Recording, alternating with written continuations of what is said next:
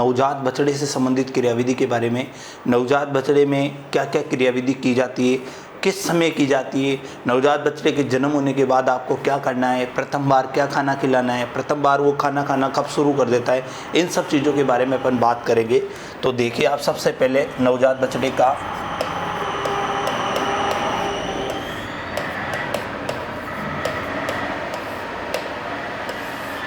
ये अपना नवजात बछड़ा है। तो जैसे ही नवजात बछड़े का जन्म हुआ तो नवजात बछड़ा जन्म होते ही सबसे पहले आपको क्या काम करना है, तो नवजात बछड़े का जब भी जन्म हो, जन्म होने के तुरंत बाद सबसे पहले आपको उसके मुंह से श्लेष्मा झिल्ली को हटाना है। सबसे पहला काम ही आपका ये होना चाहिए कि मुंह से आपको श्लेष्मा झिल्ली को हटाना है। अब देखो कई बार तो ये पूछा जाता है कि श्लेष्मा झिल्ली हटाने का पर्पज क्या है, क्या उद्देश्य है कि नवजात बछड़े में इसको श्लेष्मा झिल्ली को हटाया गया। श्लेष्मा झिल्ली का मतलब ये मानिए कि जैसे अंदर से बच्चा बाहर आता है, आपको पता है कि जब प्रसव की परिभाषा होती है बेटा कि मादा पशु का गर्भकाल पूर्ण होने के पश्चात फिटल तथा फिटल मेम्ब्रेन का बिना किसी सहायता के शरीर से बाहर आने की जो क्रिया होती है वो कहलाती है प्रसव कहलाती है। अब आपने देखा होगा प्रसव 3 अवस्थाएं, मुख्यतः ऐसे तो 4 अवस्थाएं होती है, लेकिन आपने देखा होगा जब प्रसव होता है तो पहले एक पानी की पोटली आती है जिसे अपन पानी का फर्स्ट वाटर बैग बोलते हैं। उसके बाद दूसरा वाटर बैग आता है जिसमें बच्चा लिपटा हुआ आता है। प्रसव की तीसरी अवस्था में जो नॉर्मली जेर, जिसे आप अफरा कह सकते हो, प्लेसेंटा कहते हो, वो सारी की सारी बाहर आती है। और चौथी अवस्था में गर्भाशय अपनी स्थिति में वापस आता है।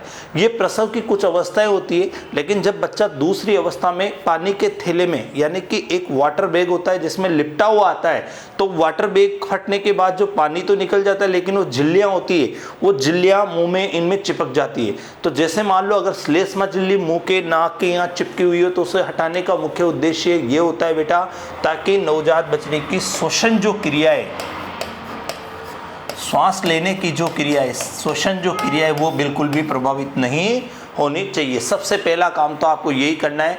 जब भी प्रसव हो रहा हो, आप देख रहे हो, आप वहीं पे हो, तो आपको सबसे पहला काम तो यही करना है कि श्लेष्मा झिल्ली में को हटाना है ताकि श्वसन क्रिया प्रभावित ना हो। उसके बाद आप देखिए कि नवजात बछड़े को आपने श्वसन क्रिया अवरुद्ध नहीं हो, उसके लिए आपने ये बता दिया। दूसरी बात, कई बार ऐसा भी कहा जाता है कि आपको उसके कान के जो होता है उसमें फूंक मारनी चाहिए ताकि कोई भी अगर मान लो कोई भी अवरुद्ध हो तो वो भी सही हो सके। तो आपको कान में फूंक मारनी चाहिए।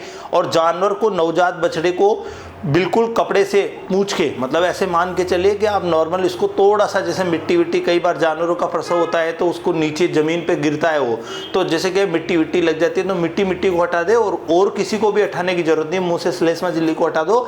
और जानवर को, जो छोटा बच्चा है, उसको उसकी माँ के पास बैठने दो ताकि वो उसे चाटे। याद रखना, ऐसा भी कई केस में देखा गया है कि अगर मादा पशु अपने बछड़े को, नवजात बछड़े को नहीं चाटती है तो बाद में वो दूध भी नहीं पिलाती है। ऐसा कई बार देखा गया, बाद में वो दूध निकालने में इनमें भी दिक्कत पैदा करती है। तो ये चीज़ें भी कई बार देखी गई है। इसलिए मिट्टी विट्टी लग गई हो तो उसे कपड़े से पूंछ के, कपड़ा है आपके पास या बोरी है, बोरी से पूंछ के उसको, नवजात बछड़े को उसकी माँ के पास छोड़ दो और वो अपने आप दूध पीता रहेगा। ये सब चीज़ें करना है। अगली बात ये देखो, श्लेष्मा झिल्ली की फूंक देना है। उसके बाद आप अगला देखिए बेटा, नवजात बछड़े को जन्म के बाद 1 से 2 घंटे के भीतर,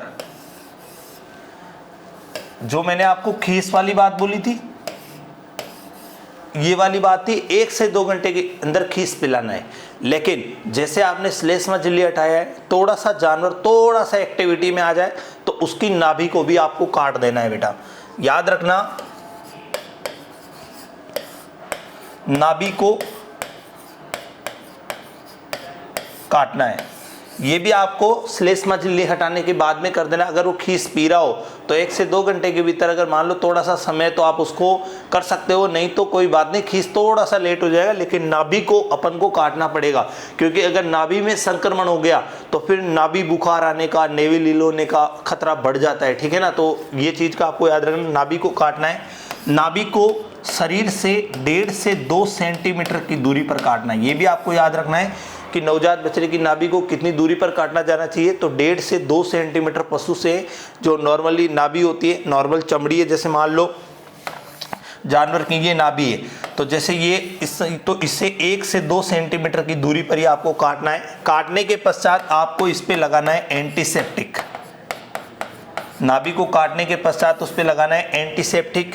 एंटीसेप्टिक देखो बेटा, बोरिक एसिड भी एंटीसेप्टिक है, टिंचर आयोडीन है, पोविडीन है, ये सारे के सारे एंटीसेप्टिक है, ठीक है ना। तो ये भी आपको करना है। अगर आप नाभि नहीं काटोगे तो नेविलिल हो जाएगा। अब आप देखो, एक यूनिवर्सिटी का पेपर हुआ था कृषि पर्यवेक्षक का, तो उसमें एक प्रश्न आया था कि नवजात बछड़े में प्रसव के तुरंत बाद नाभि को काट पर उस पर टिंचर आयोडीन और पोविडीन लगाया जाता है, तो ये किसका काम करते हैं? तो ये काम करते हैं एंटीसेप्टिक का। तो याद रखना है आपको, हर प्रश्न को ध्यान से पढ़कर ही उसका उत्तर करना है।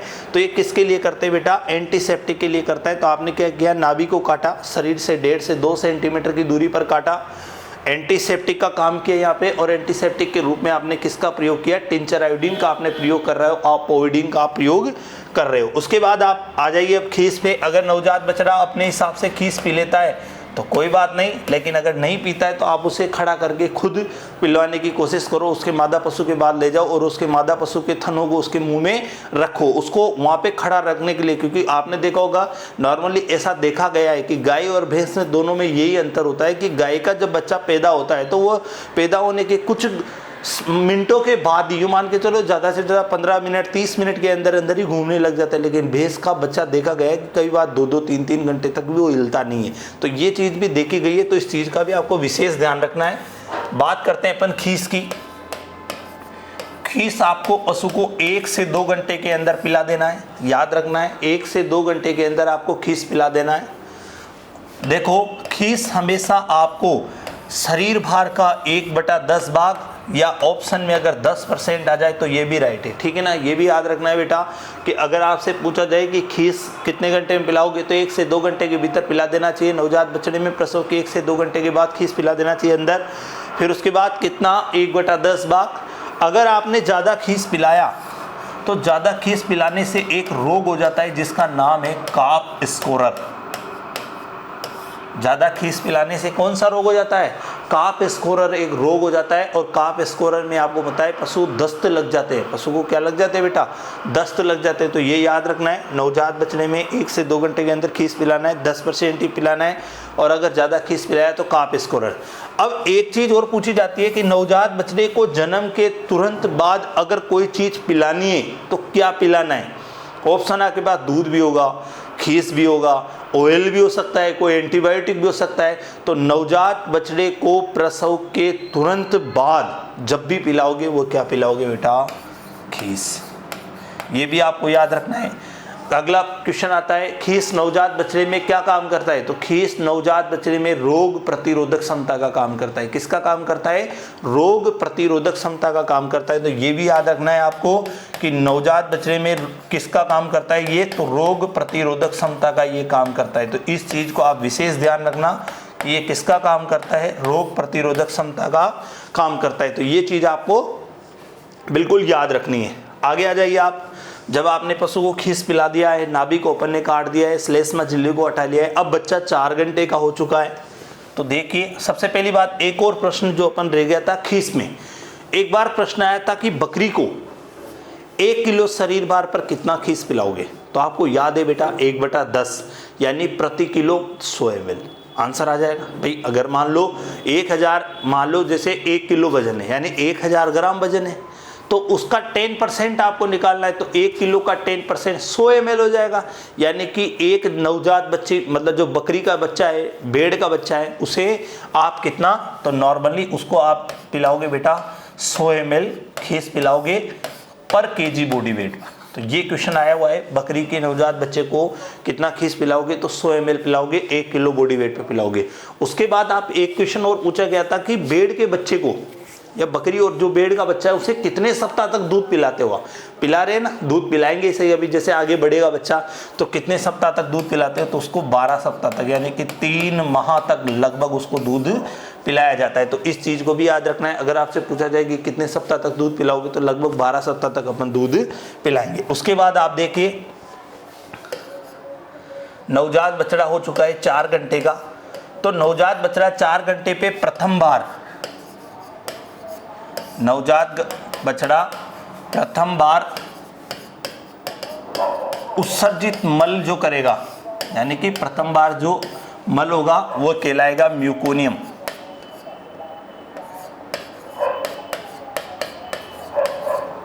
नवजात बछड़ा जो प्रथम बार उत्सर्जित मल करता है उसे म्यूकोनियम कहा जाता है। उसके पहले मैंने आपको बताया कितने घंटे पर करता है, ये 4 घंटे पर करता है, ठीक है ना। तो ये चीज़ भी आपको ध्यान रखनी है। अब देखो नवजात बछड़ा जैसे ही बड़ा होता है 7 से 10 दिन का हो जाता है, 15 दिन का हो जाता है, तो आप देखो सबसे पहली बात तो अपन देखो इसमें वीनिंग भी आएगा, सकलिंग भी आएगा, औरपन काफ भी आएगा।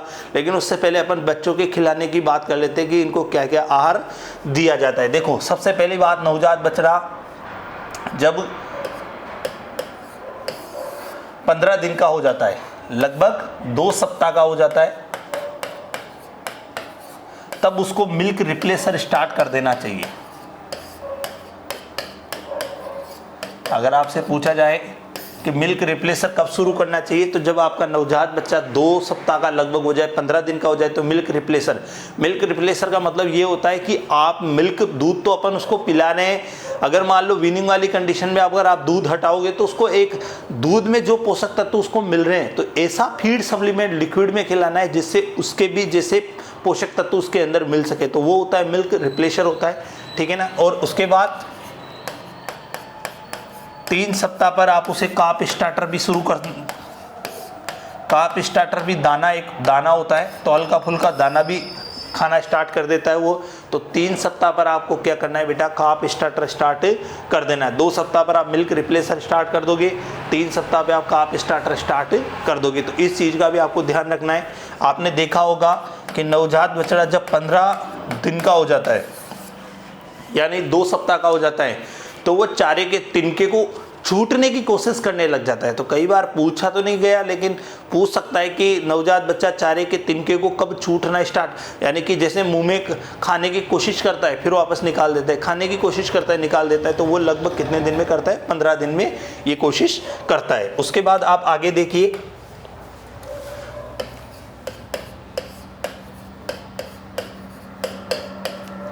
आपको नवजात बच्चे को डिवर्मिंग की दवा देनी है, क्योंकि देखो नवजात बच्चा जब शुरू में होगा, छोटा होगा, तो वो मिट्टी भी खाता है, मान लो मिट्टी है, कई प्रकार के जैसे और भी कई सारी चीज़ें होती है तो खाने की चाटता है, और भी कई सारी चीज़ें करने की कोशिश करता है।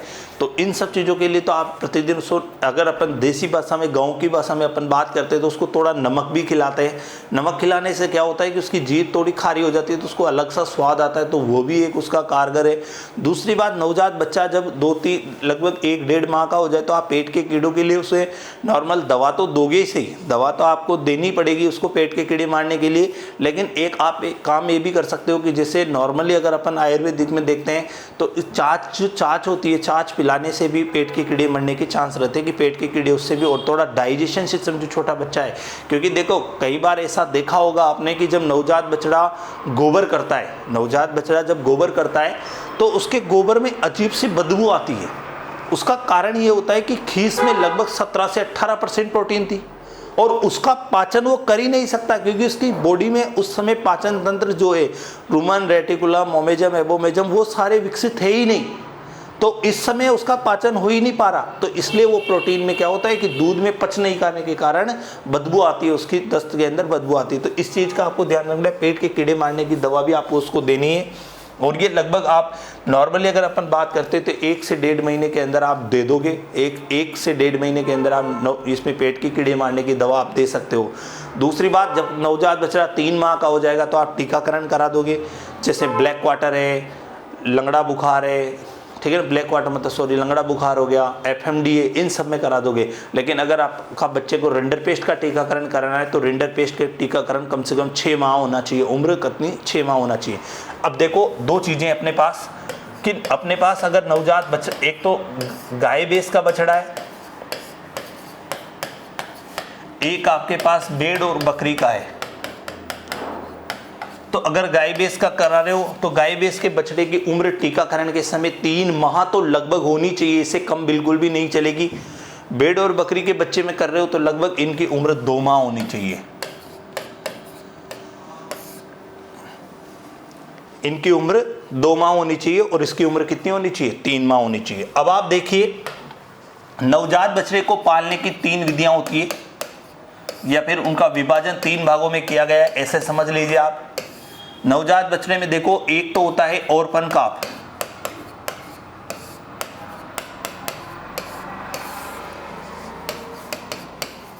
एक होता है सकलिंग, और एक होता है विनिंग। पहला ओरपन काप होता है, दूसरा सकलिंग होता है, और तीसरा क्या होता है? विनिंग होता है। ओरपन काप, जिसकी मां मर चुकी हो,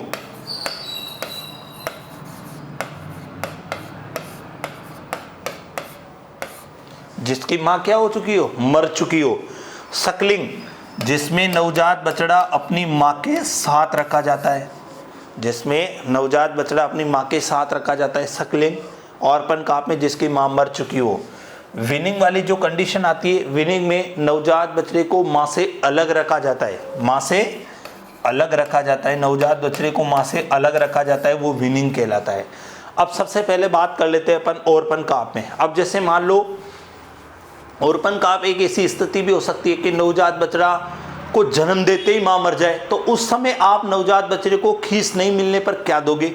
खीस देना बहुत ज़रूरी है, क्योंकि अगर आप खीस नहीं दोगे तो रोग प्रतिरोधक क्षमता नहीं आएगी, और खीस पाचक क्षमता, एक खीस एक दस्तावर होता है, दस्त लगाने का भी काम करता है, ताकि पूरा पेट साफ करने का भी काम करता है। तो उस कंडीशन में आपको ओरपन काप में अरंडी का तेल पिलाना है। 10 ml अरंडी के तेल को 2 से 3 बार करके पिलाना है।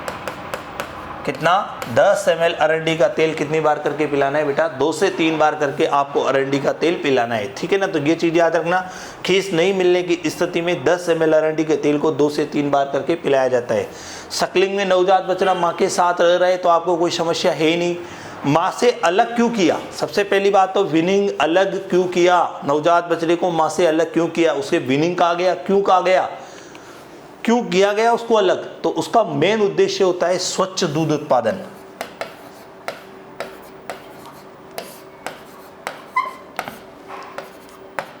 विनिंग का मुख्य उद्देश्य होता है स्वच्छ दूध उत्पादन। याद रखना, विनिंग अलग करके स्वच्छ दूध उत्पादन करने के लिए विनिंग किया जाता है। याद रखना, अगर आपसे कभी पूछा जाए विनिंग का मुख्य उद्देश्य क्या होगा, तो विनिंग का मुख्य उद्देश्य होगा स्वच्छ दूध उत्पादन। एक बार फिर देख लीजिए, ओरपन काप में अपन ने क्या किया? जिसकी माँ मर चुकी हो, सकलिंग में साथ रखा, विनिंग में अलग रखा, और विनिंग का मुख्य उद्देश्य क्या रखा? अपन ने स्वच्छ दूध उत्पादन रखा। उसके बाद आप आगे देखिए, कुछ क्रियाएं होती है वो करी जाती है। जैसे मान लो नवजात बछड़े में आपने सींग रोदन की क्रिया की गई, सींग रोदन आप कर सकते हो। इसके बाद आप अगर मान लो नवजात बछड़ा है तो आप डोकिंग, पूंछ भी काट सकते हो, लेकिन जो डोकिंग की जाती है वो मुख्यतः बेडों में की जाती है। उम्र याद रखना है 1 से 2 सप्ताह में करी जाती है। दोनों क्रिया लगभग 1 से 2 सप्ताह में करी जाती है। ये भी 1 से 2 सप्ताह में करोगे, और डोकिंग वाली क्रिया भी 1 से 2 सप्ताह में करोगे। डोकिंग वाली क्रिया यानी कि पशु में नवजात बछड़े में पूंछ काटने की क्रिया, लेकिन मुख्यतः भेड़ों में काटी जाती है। भेड़ों में ही क्यों काटी जाती है? क्योंकि ये ऊन की गुणवत्ता बढ़ाने का काम करती है भेड़ों में। तो इस चीज़ का आपको याद रखना है। तो सींग रोदन हो गया, डोकिंग हो गया। एक आप बद्याकरण भी कर सकते हो। नवजात बछड़ों में ही बद्याकरण कर लिया जाता है, क्योंकि ज़्यादा बड़े होने के बाद उनके वृषण जो होते हैं वो कठोर हो जाते हैं, तो ज़्यादा पेनफुली होती है, तो आप उसे पहले ही कर सकते हो। तो जैसे इसके अंदर अगर गाय भैंस का बछड़ा है, गाय भैंस का बछड़ा है और बद्याकरण करोगे तो लगभग 8 से 10 सप्ताह में आप कर सकते हो। उसके बाद अगर भेड़ और बकरी का है, भेड़ बकरी का नवजात जो बच्चा होता है उसका अगर बद्याकरण आप करना चाहते हो नर का, तो वो लगभग 1 सप्ताह में कर दोगे। अगर सूअर है आपके पास तो सूअर का आप कर दोगे 2 सप्ताह के अंदर बद्याकरण आप कर दोगे। तो ये बद्याकरण की क्रिया भी आप कम से कम नवजात बछड़े में कर सकते हो। जैसे मान लो आप चाहते हो कि हमारा, जैसे क्या होता है कि सींग रोदन तो कई सारे जानवरों में की जाती है, जैसे गिर में ही नहीं की जाती है, और कई सारी जो नस्लें होती हैं उनको सुंदरता बढ़ाने के लिए की जाती है, क्योंकि सींग नहीं होंगे तो थोड़ा सुंदर रहता है जानवर, दिखने में भी थोड़ा अच्छा लगता है, तो इसलिए सींग रोदन कर दिया जाता है, ठीक है ना।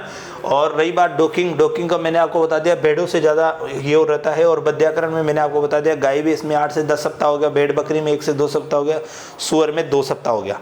अब आप आगे देखिए, कई बार आपने देखा होगा कि जानवरों में अतिरिक्त थन होते हैं। कई बार जानवरों में अतिरिक्त थन की समस्या पाई जाती है। जैसे मान लो गाय है, गाय में 4 थन होते हैं तो कई बार 5 थन हो जाते हैं, मतलब एक छोटा सा अलग से थन निकल जाता है। तो कई बार होता है तो नवजात बच्चा जब छोटा होता है 1 से 2 माह का होता है तभी अपन को पता लग जाता है, तो उसको उसी समय हटा दिया जाता है। तो यानी कि अतिरिक्त थन हटाने का समय होता है लगभग 1 से 2 माह। अतिरिक्त थन हटाने का समय कितना होता है? 1 से 2 माह। अब अगर आपसे कभी पूछ लिया जाए कि अतिरिक्त थन की समस्या किस पशु में सर्वाधिक होती है, तो याद रखना है अतिरिक्त थन की समस्या सबसे ज्यादा होती है बकरी में। बकरी में सबसे ज़्यादा ये समस्या पाई जाती है। अब आपको बात करिए, ये तो अपन ने बात करी नवजात बछड़े से संबंधित क्या क्या प्रश्न आपके एग्जाम में पूछे जा सकते हैं, इसके बारे में अपन बात करिए। अब अगर मैं आपसे बताऊं कि नवजात बछड़े को अगर आप चाहते हो कि नवजात बछड़ा आगे जाकर एक अच्छी नस्ल का विकास करे तो उसके लिए आपको क्या करना पड़ेगा। तो देखो, इन सब चीज़ों में 2 चीज़ें सबसे ज़्यादा इम्पोर्टेंट है। सारी चीज़ें साइड पे और एक चीज़ 2 चीज़ें साइड में है। कारण है पहला नस्ल, ये चीज़ें तो आपको ध्यान रखनी पड़ेगी। आप एक चीज़ आप सोचिए कि माना आपके पास 5 पशु है जो अच्छी गुणवत्ता की क्वालिटी वाले हैं। जैसे मान लो अगर अपन गायों में बात करते तो गिरे, भैंसों में बात करें तो मुर्रा है। लेकिन अगर आप थोड़ा सा साइड पे आओगे तो आपके पास माना अपने पास 20 जानवर है, लेकिन 20 में से एक भी अच्छी गुणवत्ता का नहीं है। तो अब आप देखो प्रॉपर, आप खुद समझदार हो, 5 को ज़्यादा फोकस कर सकते हो या 20 को ज़्यादा फोकस कर सकते हो? 5 को अपन ज़्यादा कर सकते हैं। अगर आप 5 जानवरों को अच्छी तरीके से सेवा करोगे, उनका अच्छी तरीके से देख रेख करोगे तो दूध उत्पादन अपने आप बढ़ेगा। यानी मेरा कहने का मतलब ये, चाहे जानवर 2 पालो लेकिन अच्छी गुणवत्ता के पालो। और कभी भी ऐसा नहीं कि पशुपालन कोई मतलब ऐसा नहीं है कि दूध निकाल लिया, दूध जितना काम हो गया, नहीं। पशुपालन एक बहुत उच्च कोटि का बिजनेस है। ये एक ऐसा है कि एक किसान कम से कम यूँ मान के चलिए कि 5 बीघा ज़मीन के साथ 5 बीघा या 10 बीघा में जितना कमा रहा है और उतना अगर गाय भैंसों में 2-3 गाय भैंसों में कमा रहा है तो लगभग बराबर है। ज़रूरी नहीं है कि उसका दूध उत्पादन ही सबसे मेन उद्देश्य होना चाहिए, और भी कई प्रकार के मिल्क प्रोडक्ट बनाकर आप बेच सकते हो, गोबर का वर्मी कंपोस्ट बना के बेच सकते हो, कई प्रकार के प्रोडक्ट बनाए जा सकते हैं। इसीलिए जानवरों को चाहे कैसे भी करो, आप उनको देखो, नॉर्मली अपन क्या करते हैं, अभी कपास की खल खिलाते हैं। कपास की जब जानवरों को खल खिलाई जाती है तो नवजात जो बच्चा होता है इनको, और जो कहीं मान लो कपास की खली वाली खिला रहे हो या कोई और भी खलियाँ खिला रहे हो, तेल खिला रहे हो, तो बचपन से ही उसका ध्यान रखा जाता है। क्योंकि अगर आपने जैसे मान लो जानवर बड़ा हो गया, साहब 3-4 साल का हो गया, फिर आप उसको खाना खिला रहे हो, बढ़िया दबा के उसको तेल खड़ ये खिला रहे हो, तो फिर अच्छा विकास कहाँ हो सकता है? जब बच्चे का कमज़ोर, जब उसका बचपन था तब तक तो उसका विकास नहीं हुआ। इसीलिए हमेशा जो नस्ल आपको रखनी है उसको 3 से 4 माह से लेकर उसका ख्याल 4 साल तक रखा जाता है। उसके बाद वो नस्ल लगभग 8 से 10 लीटर दूध उत्पादन तक पहुंच जाती है अगर वो अच्छी नस्ल की हो। तो अभी आप मैं बात कर रहा था कपास की खली के बारे में। कपास की खली जब अपन जानवरों को खिलाते हैं तो नॉर्मली अब आप देखो, जब अपन कपास की खली खिलाते तो आप उनको कांकड़े भी तो खिला सकते हो, कपास का बिनोला भी खिला सकते हो, क्योंकि कपास की खल से ज़्यादा पोषक तत्व तो बिनोले में। खल तो यूं मान के चलो दूसरा तीसरा प्रोडक्ट है, लेकिन अपन बात करें कपास के बिनोलों की। बिनोलों को निकाल लो, बिनोले आपके पास आ गए, उसको क्या करो, आप पानी में भिगो दो। भिगोने के बाद उसे आप चूल्हा गैस से किस पे भी चढ़ा के उसको बॉयल होने दो। जब वो पूरी तरीके से बॉयल हो जाएगा तो उसको ढक कर रख दो। जब मान लो जैसे उसको ठंडा होने दो आराम से, जब वो ठंडा हो जाए तो उसमें गुड़ मिलाकर जानवरों को खिलाओ। ये प्रयोग आप सर्दियों में मुख्यतया करें। कब करें? सर्दियों में। सर्दियों में क्या होगा, वो एक तो कांकड़े के अंदर भी ऑयल होता है, तो वो ऑयल भी क्या होगा, गर्मी प्रदान करेगा, यानी कि जानवरों को ठंड भी कम लगेगी। अगर आप ऑयल ज़्यादा खिलाओगे तो दूध में वसा की मात्रा भी बढ़ेगी, शरीर भी थोड़ा सा मजबूत होगा।